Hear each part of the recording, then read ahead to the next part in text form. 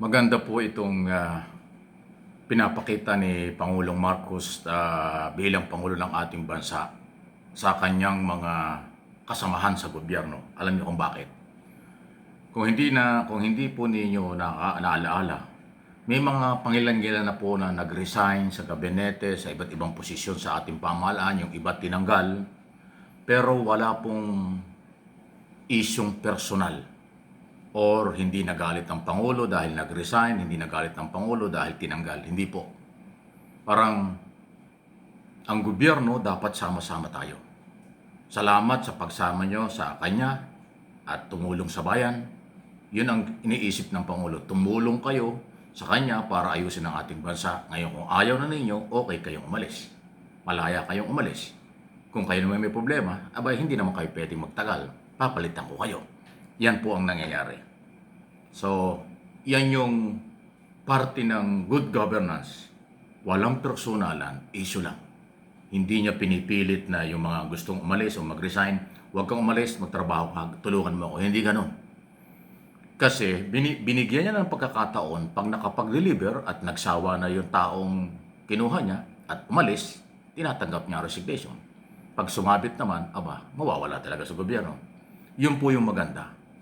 Hindi sinusulo ni Pangulong Marcos ang paghawak ng kapangyarihan. Isineshare sa lahat ng kinaukulan na mayroong puso at gustong tumulong sa gobyerno. Kung ikukumpara natin kay Duterte noong araw, ay hindi. Kay Duterte, mumurahin ka, babantaan ka pa. Kaya yung iba takot mag-resign at takot din gumawa na kung ano dahil baka mapagalitan. So malayong malayo. Ito ho ginawa kong topic dahil ito pong pinakahuli na nag-resign si Department of Justice Undersecretary Jojo Cadiz na sinasabing malapit sa Pangulo na binabanggit ang pangalan tungkol sa issue ng flood control scam. So ang ginawa niya, voluntary nag-resign pero hindi pinigilan ng Pangulo. At hindi rin naman niya sinabi na siya ay bagman or malapit sa Pangulo. Malapit lang pero hindi niya inamin na siya may kinalaman sa mga proyekto. Katunayan, dinidinay pa nga. So, okay lang. Nagsumama sa Pangulo, ngayon nag-resign, tinanggap. Katulad din ni Secretary Pangandaman. 3 taon na Secretary ng Department of Budget Management, kinuha ng Pangulo, tumulong sa Pangulo, nag-resign, tinanggap ng Pangulo. Si Bersamin, pinaalis, bandang huli, nagpaldo ng resignation, o tinanggap din ng Pangulo. Ang tinanggal lang ay itong controversial na si General Torre dahil minakitang problema ayon sa Department of Interior and Local Government. So yun po yung maganda. Walang personalan. Pag tumulong ka sa kanya sa gobyerno, okay. Pag umalis ka, okay lang. Kung qualified ka, papasok ka sa gobyerno. Walang pilitan, walang takutan, walang harassment. Yan ang magandang ipinapakita ng Pangulo. Kung ikaw ay nasa gobyerno at ayaw mo na malaya kang makakaalis. Katulad ni Director Santiago ng NBI, matagal na nag-file ng resignation. Hindi tinanggap. Pagkabadang huli tinanggap, o di umalis. Walang sama ng loob. Ganon din itong pinakahuli na controversial, si Commissioner Bill Singson ng Independent Commission for Infrastructure. Nag-file ng irrevocable resignation. Kaya lang, effectivity nito, aalis daw siya sa December 15. Hindi ko alam kung bakit gano'n. Di ba pag ikaw ay nag-file ng irrevocable on the spot yan, kung nag-file ka ng resignation, irrevocable ngayong araw na ito, dapat automatic umalis ka na. Irrevocable ayaw mo na bakit aabot pa ng 2 linggo? Kasi nung 1 linggo parang na-file yan. 2 linggo, nag-irrevocable. Ano bang ibig sabihin ng irrevocable resignation? Ayaw mo na. Ayaw ko na. Di ba? Ayaw mo na, pero bakit nagpa-extend ka pa ng 2 linggo? Ano yun? So, dahil mabait ang Malacanang, mabait ang Pangulo, hindi na okay lang, sige. Revocable, umalis ka. Pero problema, hindi pa umaalis, nandyan pa rin. Ano, ang ibig sabihin, revocable resignation hanggang December 15, pwede pala yun. Ako, ang aking paniniwala, pag nag-file ka ng revocable, sa oras na ipinarating mo, ang iyong resignation, irrevocable resignation sa presidente, automatic wala na.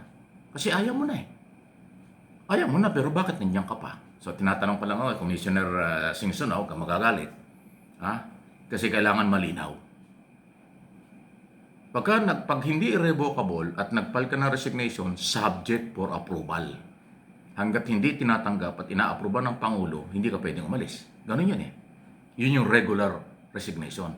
Pero pag irrevocable, on the spot yan. Oras na ginawa mo yung irrevocable resignation, black and white yan, at naipasa mo at naipareceive mo sa higher authority kung na siyang tatanggap, Office of the President, automatic umalis ka na. Irrevocable yun eh. Pero na-extend pa. Ay ang balita ko kasi, marami rin gustong ipalit. Maraming may qualification na gustong ipalit. Hindi mawawala, hindi mababakante na matagal yan. Merong ipapalit ang Pangulo. Ang problema, hindi pa makapaglagay ngayon kasi nga, nandiyan pa rin si Singson. Dapat nga on the spot, umalis na siya. Although wala naman siyang masamang ginawa. Kaya nga lang, hindi siya nakapaghintay. Naghahanap siya ng pera, naghahanap siya ng power, kulang daw ang ayuda ng Malacanang sa kanila, kulang daw ang suporta ng Malacanang sa kanila. Di ba? Dahil sabi, binanata niya ang Malacanang na nag-appoint sa kanya sa ilalim ng Executive Order 1994 na binuo ang ICI. Di ba? Kasi yung pinapuputok sa media ngayon, nag-press conference ka pa na isang araw, Commissioner Singson, na marami kang sinasabing hindi nangyayari yung inaasahan nyo. Ay, ang ibig sabihin nyo, binabanatan mo ang appointing power, ang presidente. Ganun yun sa aking opinion. Opinion ko po ito, interpretation ko sa nangyayari. Kaya nga, aking pinag-uusapan ngayon, nag-file ka ng irrevocable, dapat on the spot umalis ka na. Kasi irrevocable yung resignation mo. Diba? Para naman magkaroon ng pagkakataon, ang Pangulo na makapili ng taong papalit sa iyo ng makatulong ni na Chairman Reyes at saka Commissioner Fajardo. Kasi napaka-sensitive, napakatinding trabaho ng ICI. Pero ngayon ay nandiyan ka pa. So ano ngayon ang credibility? Meron ba bang kredibilidad si Singson na magtanong, mag-imbestiga sa mga resource person ng ICI ngayong siya ay nag-file na ng irrevocable resignation? Baka ang tingin sa iyo ng mga tinatanong mo ay umalis ka na, bakit nagtatanong ka pa? Nag-resign ka na, bakit nandito ka pa? Parang gano'n. So, delikadesa naman, Sir, Commissioner. Delikadesa ang pairalin.